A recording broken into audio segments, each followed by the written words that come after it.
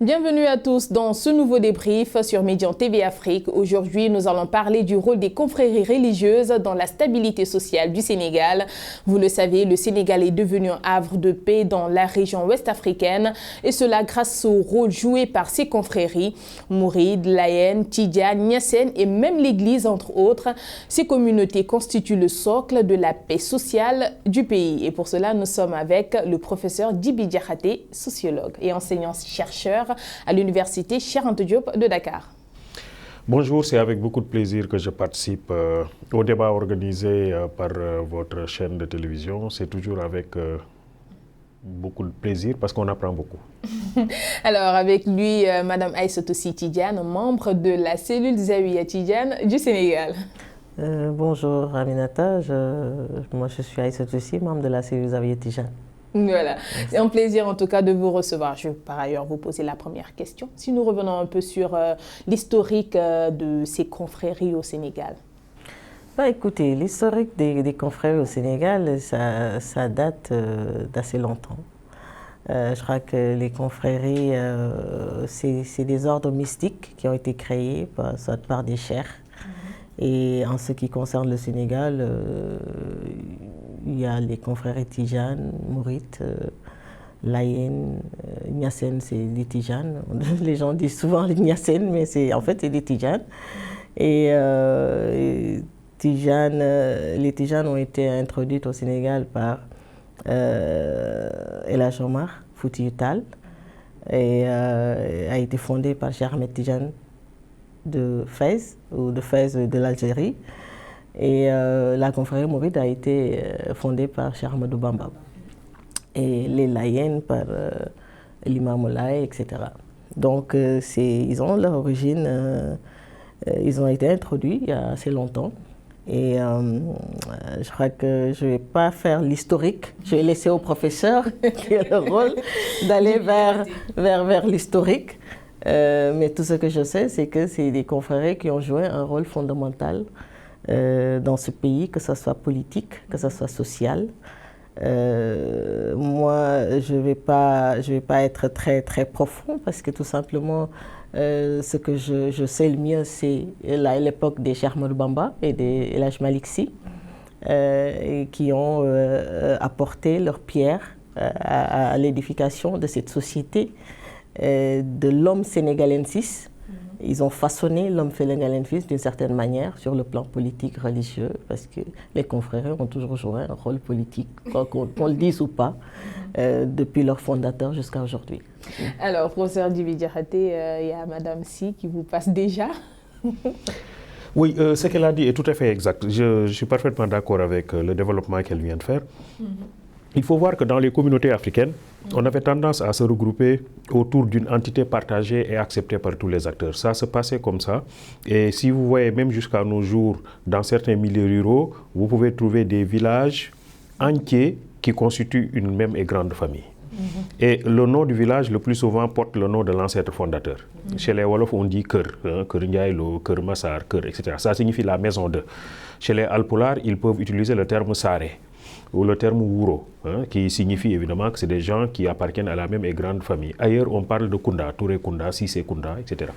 Donc la famille est constituée par l'ancêtre fondateur et le village, le cadre habité par les différents acteurs se rappelle, se commémore l'image de cet ancêtre fondateur qui sédimente les liens de parenté entre les différents membres de la communauté. Voilà pourquoi un penseur comme Evans Pritchard dans les Nuères considère que chez les négro-africains, on est parents ou on est ennemis. Donc la parenté, elle est importante.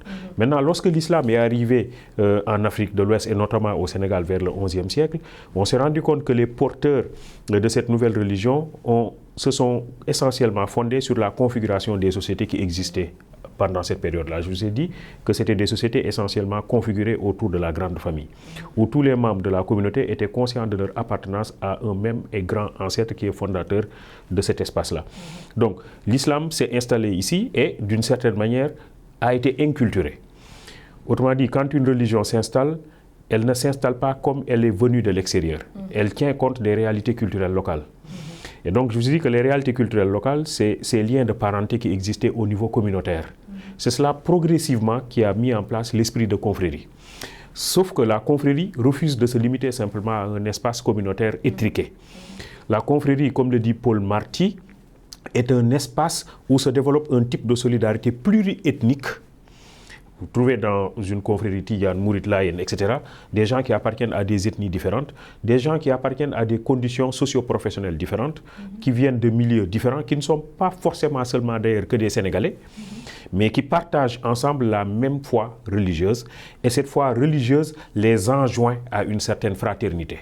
Puisque je partage avec l'autre la même foi religieuse, les mêmes convictions, les mêmes principes religieux, au fond, c'est mon frère. Voilà ce qui crée la confraternité et qui fait qu'on parle de confrérie religieuse. Et cette confrérie religieuse met d'abord en avant la foi, l'appartenance à un même groupe confessionnel et le partage des mêmes principes, qui fait que ce que je veux pour moi, je le veux forcément pour les autres. Et c'est cela qui sédimente un nouveau type de parenté, qui n'est plus une parenté de type biologique, mais une parenté de type social. Ce qui veut dire que tout le monde est de la même famille, n'est-ce pas, Madame Si? Nous voyons une belle complicité entre les foyers religieux au Sénégal. Ben, forcément, parce qu'au-delà de cette différence, entre guillemets, c'est des familles de même biologiquement très très proches. Prenez la famille de Serigne Touba et la famille de l'Hadj Malick Sy, ils ont le même ancêtre. Et vous allez ailleurs, vous trouvez les mêmes choses. Les gens se marient entre eux. C'est aujourd'hui même que ça a tendance à un peu s'écarteler. Mais quand vous voyez, personnellement, moi j'ai plein de cousins qui se sont mariés de l'autre côté, qui se sont mariés au Tal, qui se sont mariés, etc.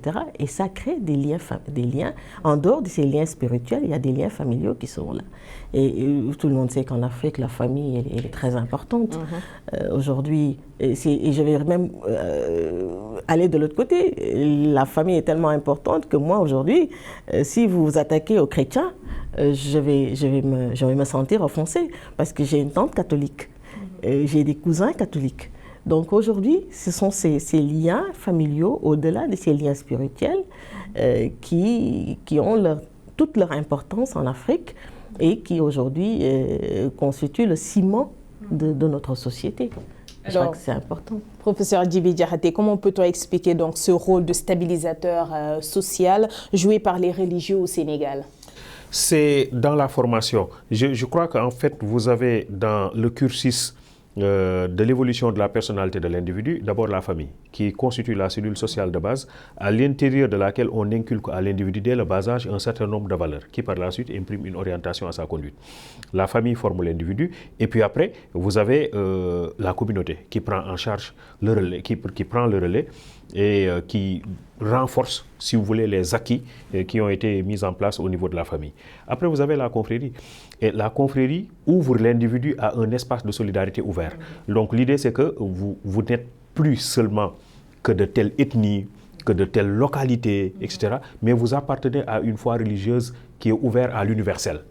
Voilà, c'est cela qui est le plus important et qui fait que, Madame Si en a parlé tout à l'heure, l'origine du tidianisme, qui n'est pas une origine sénégalaise, à proprement parler, qui n'est peut-être même pas une origine africaine. Oui. Donc, et ça tisse des liens de solidarité à partir de ce moment-là. Vous avez un couloir de confession qui intègre plusieurs acteurs, qui intègre plusieurs familles d'acteurs. C'est valable pour les autres confréries. Par exemple, vous allez au Nigeria, vous trouvez des Niassènes, vous les trouvez au Soudan, etc. etc. Donc, je crois que tout cela, vous allez en Gambie, je crois que toute la Sénégambie se sédimente autour de cette appartenance à des confréries religieuses que nous partageons. Alors tout cela montre évidemment que les confréries, de ce point de vue-là, participent à la stabilité. Parce que c'est une façon de dire que nous pouvons être différents en termes d'appartenance ethnique, nous pouvons être différents en termes d'appartenance socio-professionnelle, en termes de caste, en termes de... etc. Et les confréries gomment ces appartenances-là et mettent essentiellement l'accent sur une solidarité autour de la foi, sur une fraternité autour de la foi. Et c'est cela qui stabilise. Or, quand on se réfère à la foi, notamment à la foi religieuse musulmane, elle promeut d'abord et avant tout la paix. à travers la salutation est un appel à la paix. C'est une invite à la paix. À travers le respect de l'autre, le type de comportement que je dois avoir. Et c'est valable aussi pour la religion chrétienne. On sait qu'au Sénégal, il a existé de grands ténors, de grands leaders qui ont joué un rôle excessivement important dans le rapprochement des groupes confrériques et dans le rapprochement même des confessions. Quand on parle du cardinal Thiandoum, c'est quand même une icône au Sénégal. Quand on parle de l'abbé Jacques Seck, c'est quand même une icône au Sénégal. Il sera là par ailleurs dans la seconde partie. Très bien, vous avez bien fait d'inviter cette icône qui est un modèle d'intégration multiconfessionnelle. Je crois que c'est important, ça fait une sorte de label ou d'identité du Sénégal où vous avez des confessions qui sont différentes mais qui vivent en parfaite intelligence, qui vivent en parfaite symbiose et ce qui est mis en avant, c'est la personne. Simplement, c'est une personne, c'est un être humain qui doit être respecté parce que c'est un être humain, c'est une créature divine, quelle que soit par ailleurs son appartenance, etc.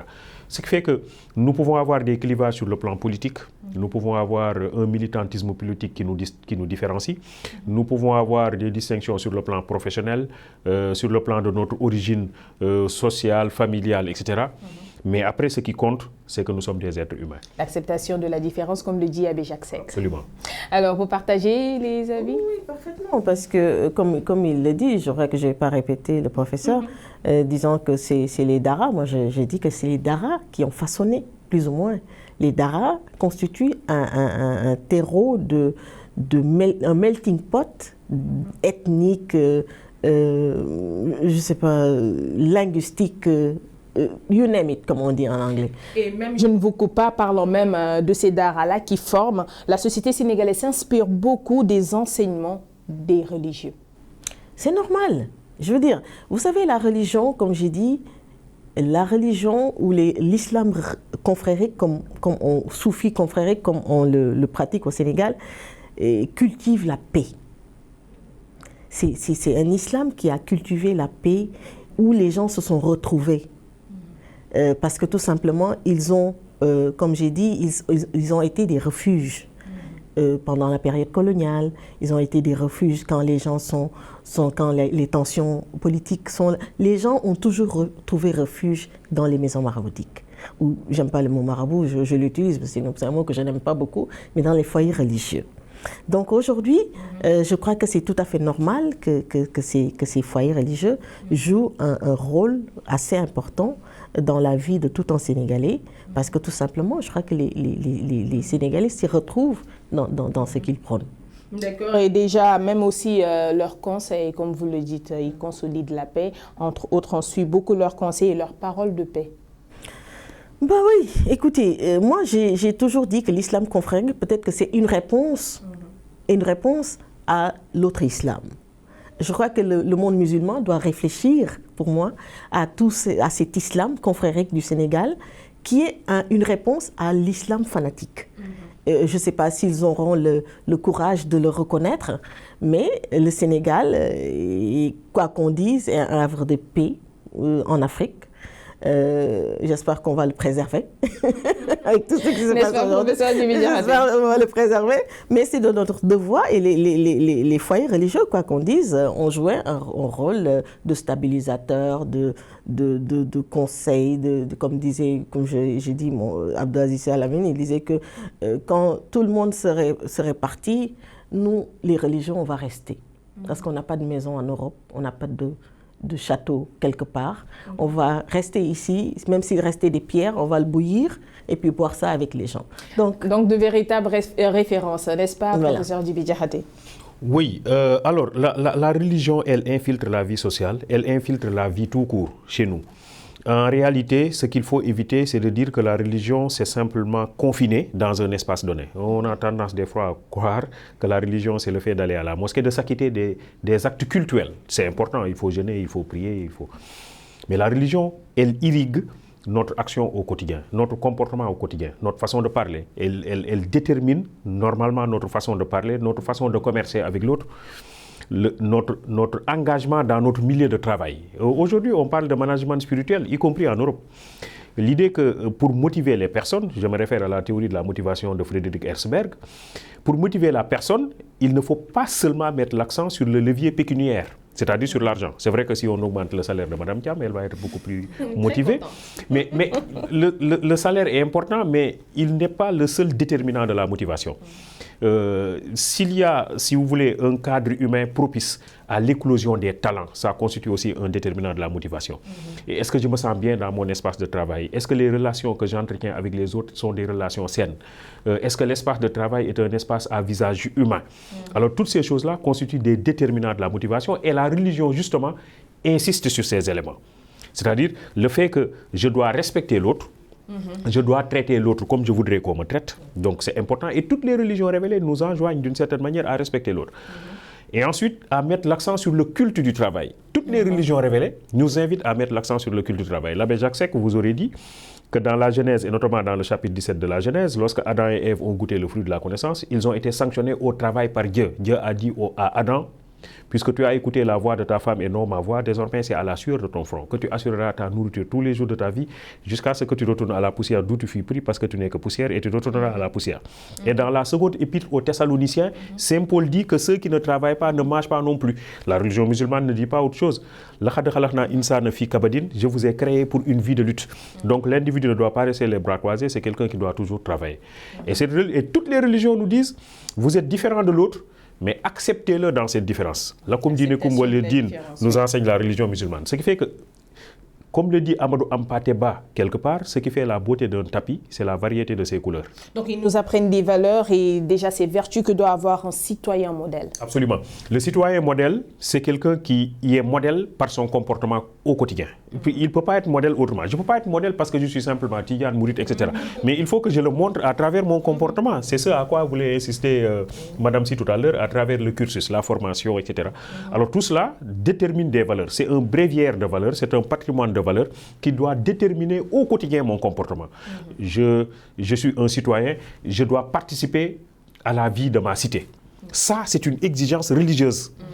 Je dois participer à la vie de ma cité. Je dois faire en sorte que ma cité soit belle. Et quand je parle de beauté de la cité, ce n'est pas seulement une beauté physique, c'est aussi une beauté morale. Donc je dois participer au rayonnement, à une belle identité, à un bon positionnement de ma cité par mon comportement et par ma contribution au quotidien.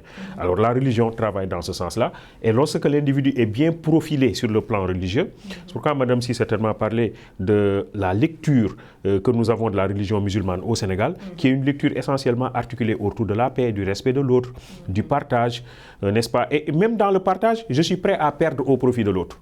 C'est-à-dire, cette disposition fondamentale à n'être que pour l'autre. C'est-à-dire que mon existence n'a de sens que parce que l'autre est. Et je dois tout faire pour que l'autre soit dans d'excellentes conditions, même si moi, d'une certaine manière, je dois me priver de beaucoup de choses. Alors cette disposition fondamentale, on la retrouve dans nos valeurs anté-islamiques et anté-chrétiennes. Il faut bien le savoir. Et après, les religions sont venues renforcer. C'est pourquoi je dis qu'il y avait un lit culturel favorable à l'éclosion et au développement de la pratique religieuse sous toutes ses formes, chrétiennes, musulmanes, etc. Et déjà, même sur ce point, puisqu'on parle de valeurs, déjà, ils nous ont enseigné le reste de la différence, ce qui est tout à fait bien au Sénégal. Et ce qui fait que au Sénégal, il est rare, même parfois, de distinguer le chrétien du musulman. Ce qui fait la richesse du Sénégal, n'est-ce pas? Non, évidemment, parce que, comme j'ai dit, d'ailleurs, à Saint-Louis, on a cette anecdote que je vais dire en Wolof, Kër gu baax gu ne am nga fa mbokk am na nuñ ko Wolof yi di waxee, ce que les gens, c'est que c'est des liens familiaux. Par exemple, je vous ai dit, moi j'ai une tante catholique qui est là et que j'ai des cousins chrétiens. Et ce qui fait par ailleurs du Sénégal un modèle dans la sous-région notamment. C'est normal, je veux dire, vous savez, la religion, avant la religion, il y avait la famille. Et ça, c'est important. Et la religion, moi j'ai toujours dit en Afrique, ou au Sénégal même, l'avantage qu'on a, c'est que l'islam est venu se tisser dans notre façon d'être et dans notre façon de faire, sans altérer réellement ce qui fait nous, ce qui fait l'homo sénégalensis. Et ça, c'est important.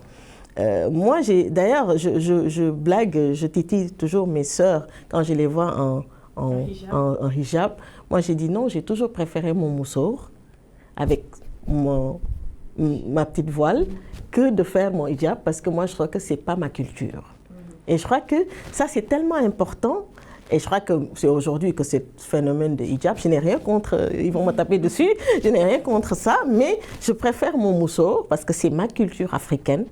Et je crois que l'islam a pu quand même s'insérer dans ça pour faire de nous ce qu'on est aujourd'hui. Parce que le bon musulman, il est toujours un bon citoyen, comme le professeur l'a dit. Le bon musulman, il est toujours un bon citoyen. Et ça, c'est important. Et je crois que nos confrères, quoi qu'on dise, ont joué un rôle fondamental dans cette façon de façonner l'homo sénégalensis dans ce juste milieu, comme j'ai dit, un juste milieu où il n'y aura pas de fanatiques, où il n'y aura pas de cet ultralibéralisme européen qu'on voit, mais de façonner le Sénégalais dans le juste milieu. Bon, certainement, il y a des dérapages, mais les dérapages n'excluent pas vraiment la réalité. Alors, professeur Djiby Diakhaté, le fait que le Sénégal soit un modèle dans la sous-région, c'est bien, mais il ne faut jamais dormir sur ses lauriers. Parce que vous savez qu'en matière de culture et de valeur, les acquis ne sont jamais définitifs. Oui. Il faut toujours les renouveler. Ça demande un travail de renouvellement du patrimoine. Le fait qu'on se rappelle le patrimoine, qu'on se rappelle les fondateurs, je crois que c'est un élément excessivement important. Sinon, au fur et à mesure que l'on avance dans le temps, il se peut qu'il y ait des phénomènes de perte.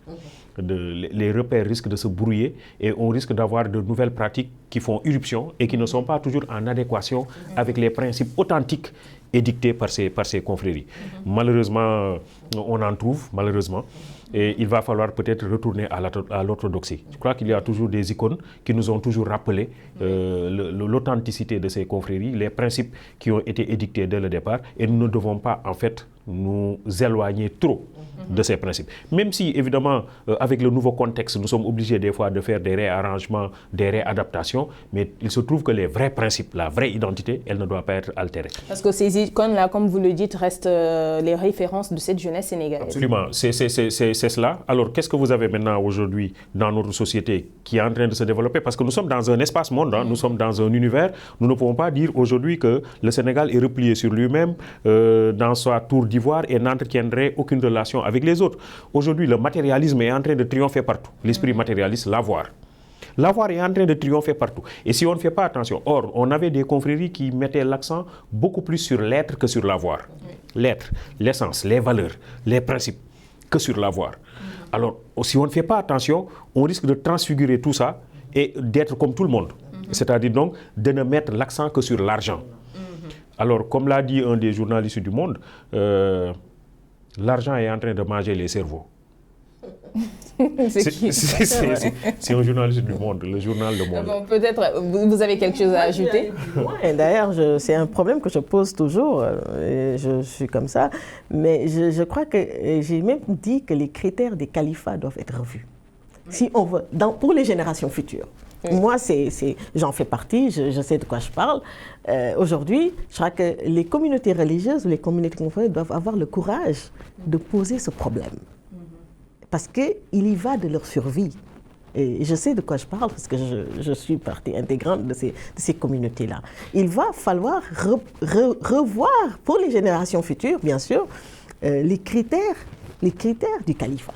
J'espère que déjà ce message n'est pas tombé dans l'oreille d'un sourd. Et peut-être avant de passer à la seconde partie tout à l'heure, peut-être un point que nous allons aborder en profondeur sur les relations entre les foyers religieux et l'État du Sénégal. Peut-être un mot rapidement là-dessus.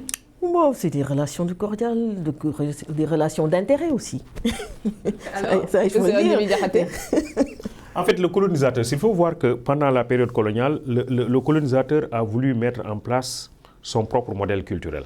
Et les foyers religieux qui ont existé ont fait face pour préserver les coutumes, les us, les traditions, mais surtout la foi.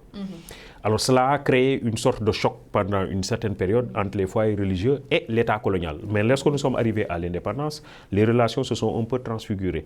C'est-à-dire qu'on a des foyers religieux qui sont en parfaite intelligence avec l'État, sauf que la difficulté, c'est que l'État fonctionne sur la base de la laïcité, alors que ces États proclament le triomphe de considérations religieuses. Mais je crois que jusque-là, on a réussi quand même à établir une sorte de coexistence pacifique entre les foyers religieux et les États jusque-là. Ils jouent même parfois un rôle de conseil, on peut le dire. Un rôle de conseil? Oui, maintenant le conseil, il va jusqu'à quel niveau? Je crois que moi, la proposition que j'aurais faite, c'est qu'on donne aux foyers religieux une existence sur le plan institutionnel. C'est-à-dire qu'en fait, si on doit donner une contribution, une subvention à ces foyers religieux, que cette subvention soit votée au niveau de l'Assemblée nationale et qu'on sache que c'est le peuple sénégalais dans son intégralité, compte tenu de l'utilité de ces foyers religieux et de leur rôle dans le fonctionnement du pays, voilà la subvention que le peuple sénégalais accorde à ces foyers, comme ça se fait dans d'autres pays. Mais ça ne doit pas être des zones d'ombre, à l'occasion de avec moi, je lui donne telle somme et ça crée des fois des frustrations. En fait, on aime entretenir chez nous des fois des zones d'ombre, des zones noires. Je crois qu'on peut clarifier tout ça. Elles ont, les confréries, un rôle important à jouer dans la société et la société doit leur être reconnaissante en leur accordant une subvention et ça peut être institutionnalisé. Alors rapidement, vous êtes d'accord? Je suis à moitié d'accord, mais bon, je crois que c'est des choses à réfléchir. Je crois qu'il faut... Mais ces zones d'ombre ne concernent pas seulement ces subventions des chefs religieux. Peut-être qu'ils sont plus que ça. Plus que ça. Je veux dire, ces zones d'ombre, c'est partout. Les caisses noires, les déserteurs, nous allons rester sur ce point-là, déjà sur cette relation entre l'État et les religieux. Et par ailleurs, vous restez avec nous, avec Abbé Jacques Seck qui va nous rejoindre sur le plateau. Restez avec nous, on se retrouve dans quelques instants dans la seconde partie du débrief.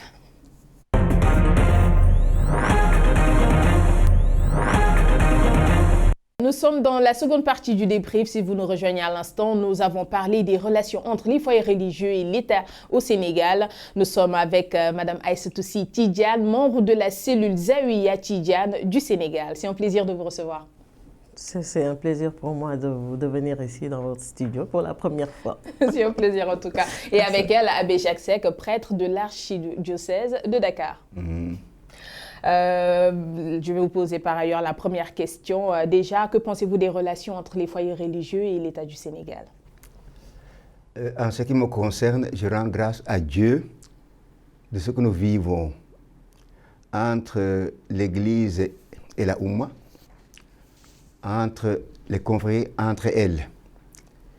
Je fréquente énormément les communautés religieuses et franchement, entre Tidjane, Mouride et autres, c'est du comment en bas, on dit de l'or en bas.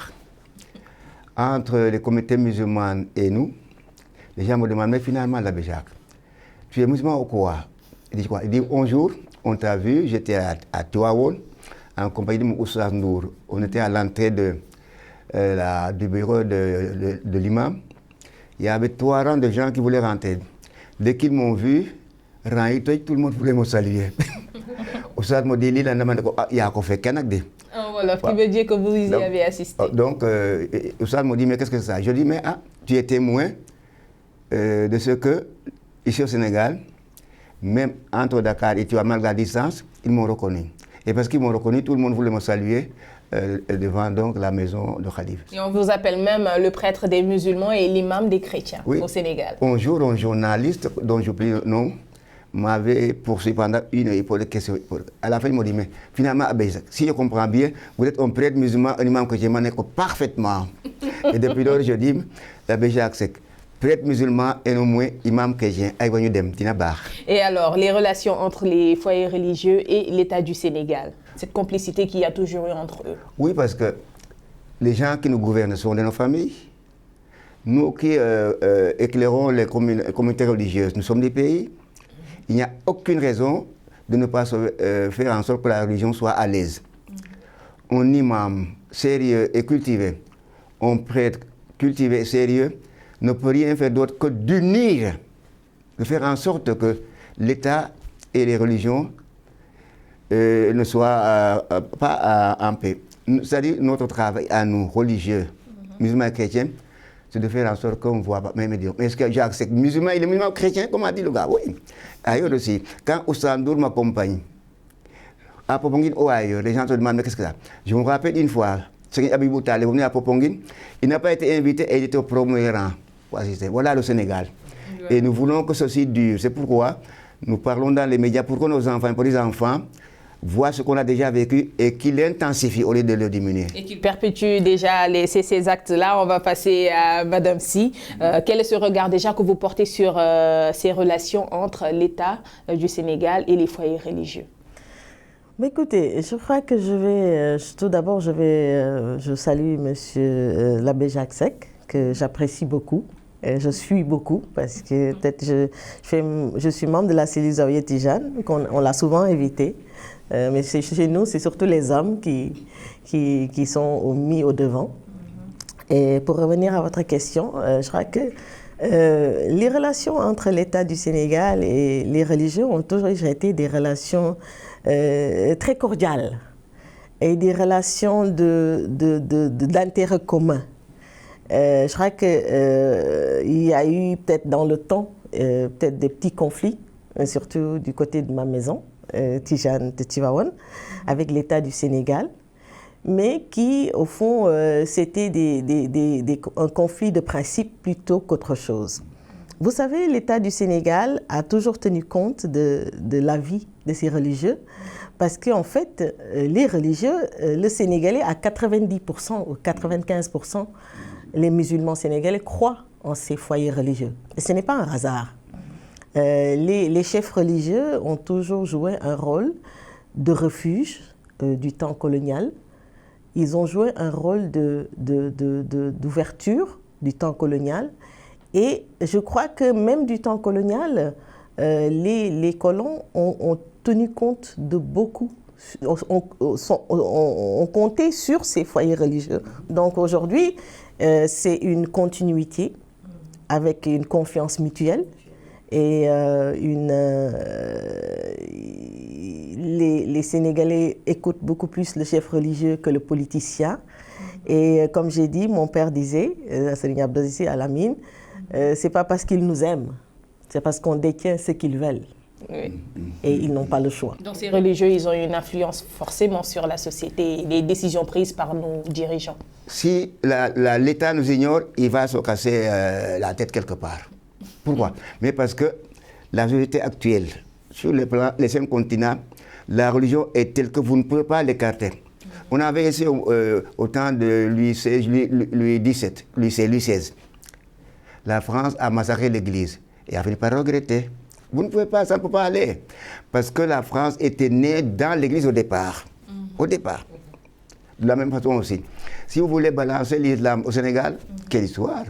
Ça n'ira pas loin. Donc, nous faisons ceci.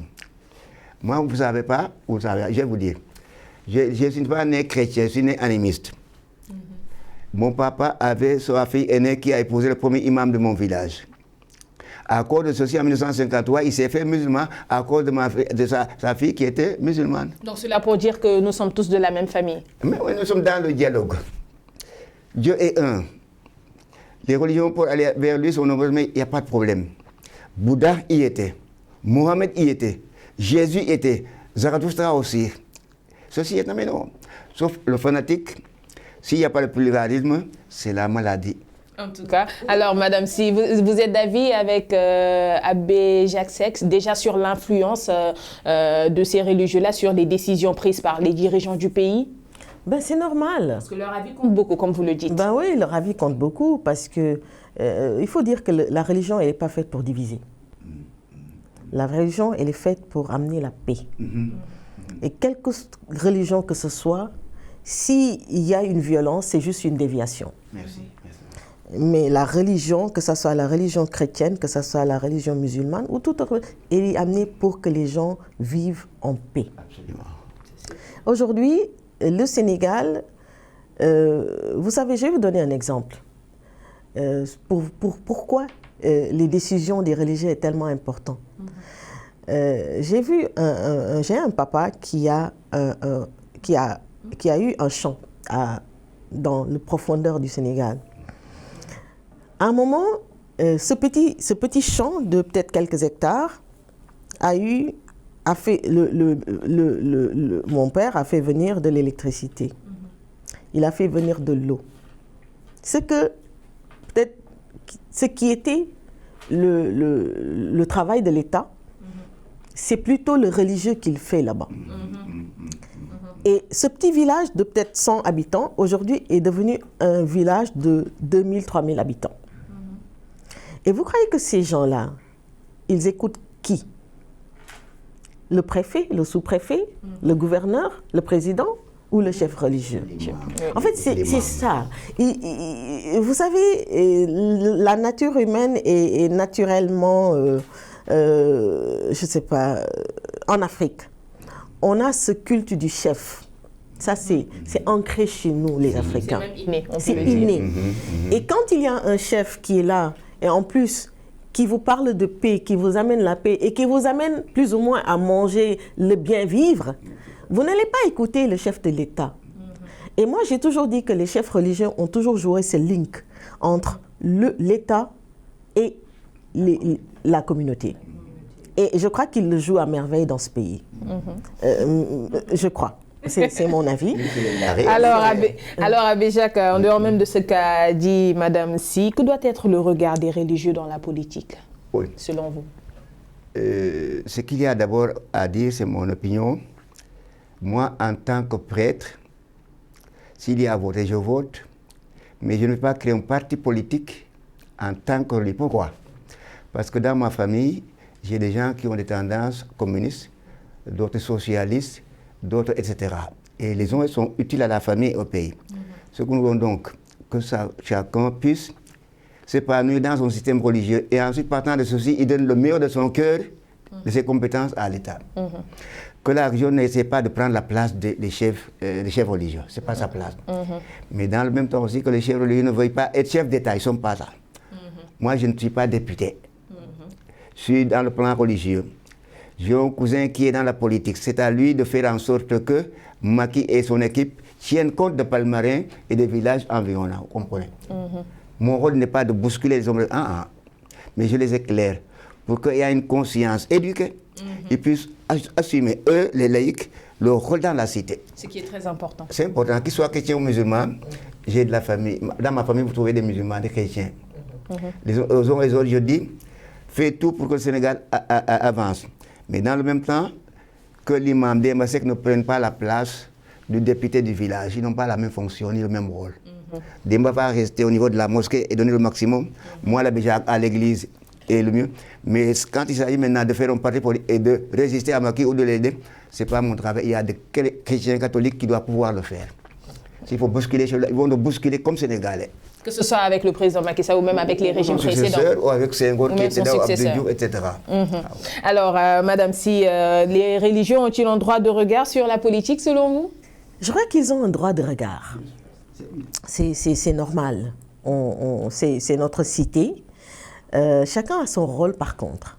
Moi, j'ai toujours dit que pourquoi les chefs religieux ne parlent pas de politique. Ils peuvent parler de politique, mais ils ne peuvent pas faire de la politique.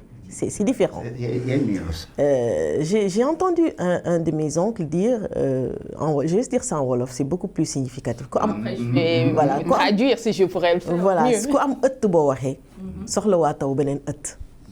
C'est-à-dire autrement dit, voilà, quand tu peux te faire entendre quelque part, tu n'as pas besoin d'aller faire la politique. Je crois que, mais ils ont leur mot à dire. Parce que je vais revenir à ce que Serigne Abdou Aziz Sy Al Amine disait.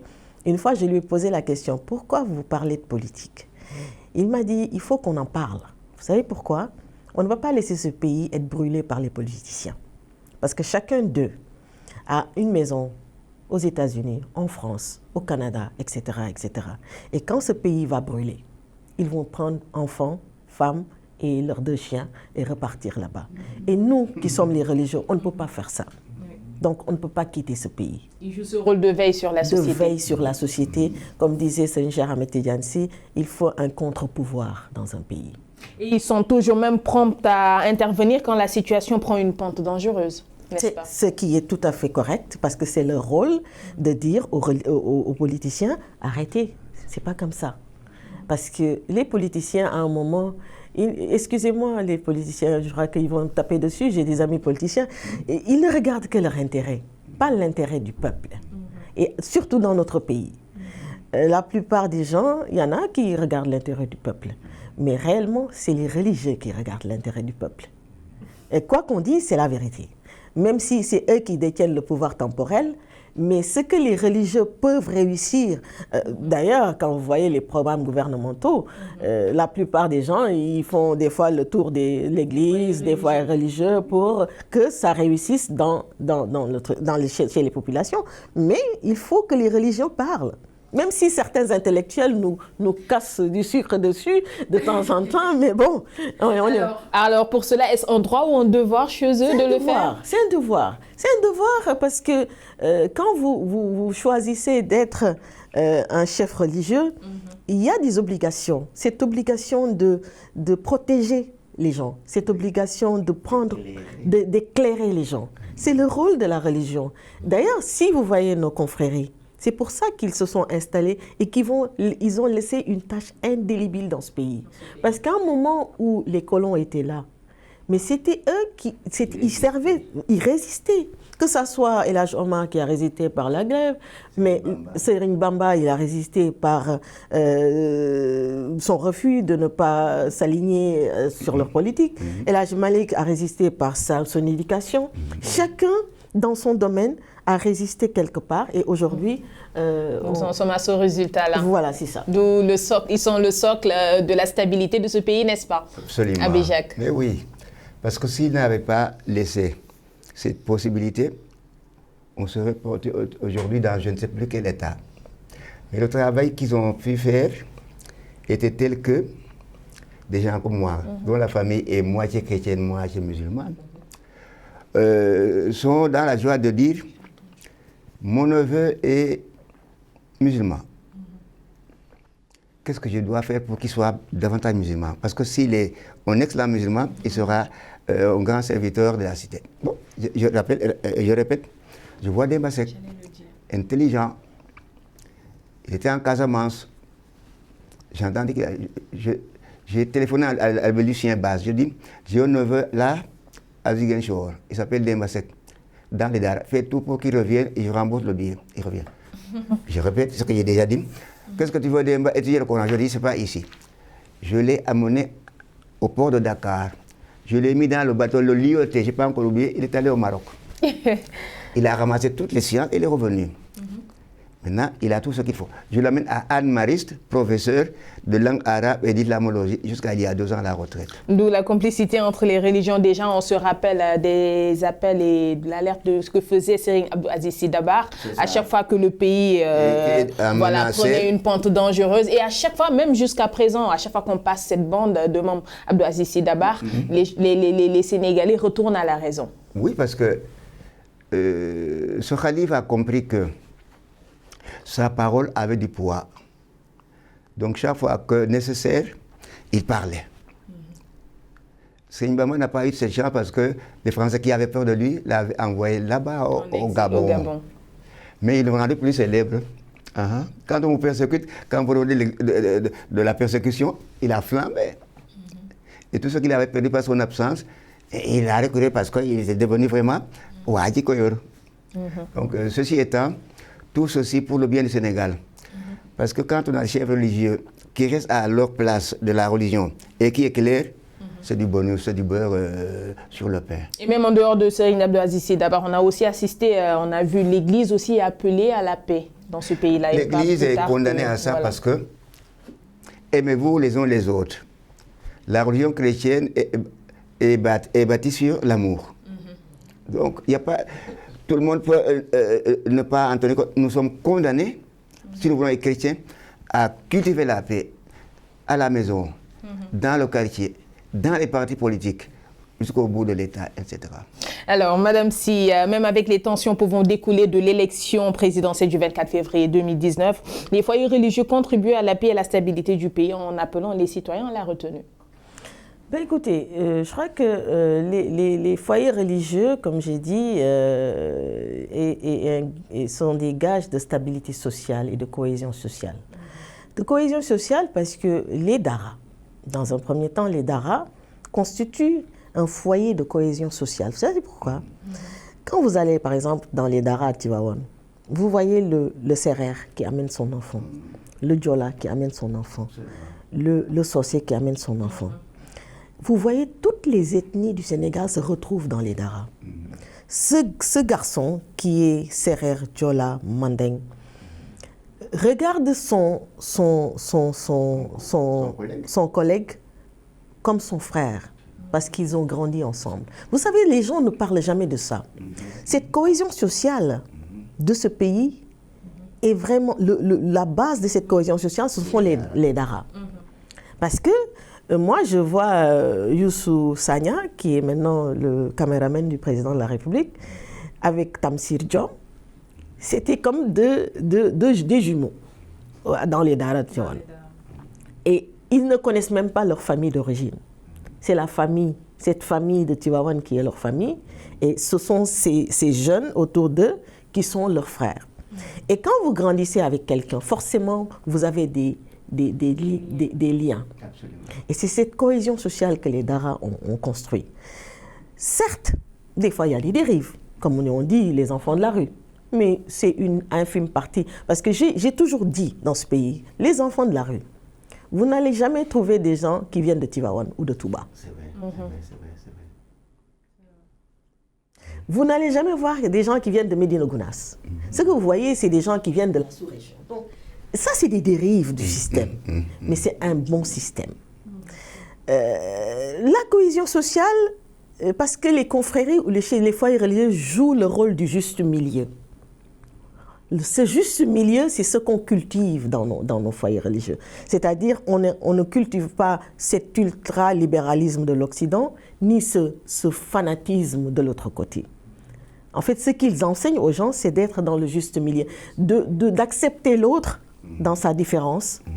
Et quand tu acceptes l'autre dans sa différence, forcément, il y a cette stabilité. On a même vu aussi, avant de terminer, à l'Assemblée nationale, même on assiste de plus en plus à la présence de chefs religieux au sein de l'hémicycle.